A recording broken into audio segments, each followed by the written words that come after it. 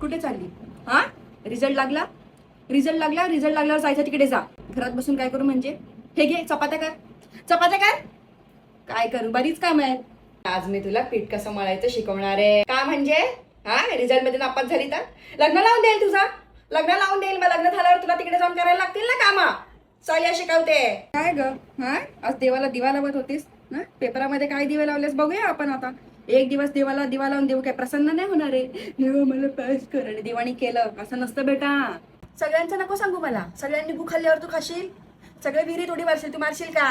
हा, मग सगळ्यांचा पेपर हार्ड गेला, माझा पण हार्ड.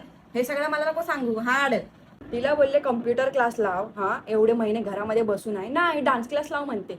हा, ते काही हिपहॉप का सिपहॉप करायचा आहे. कशाला पाहिजे तो डान्स? आणि त्या बापांनी कामामध्ये सांगून ठेवलंय 95% वगैरे पडणार आहे. कशाला मोठेपणा करायचा? हा, तिला माहित नाही ती काटावर पास तरी होणार आहे का? पण रिझल्ट आहे कधी? मे मध्ये. बाई आता सतत माझं लक्ष राहील मे कडे, कधीचा रिझल्ट लागतोय, काय दिवे लावते, काय नाही, काय होईल, काय नातेवाईक साठी आता फोन करतील, आजूबाजूवाले विचारतील, सावंतीला पहिली येईल घरी. माझ्या पारीने एवढे पडले, तुमच्या पारीने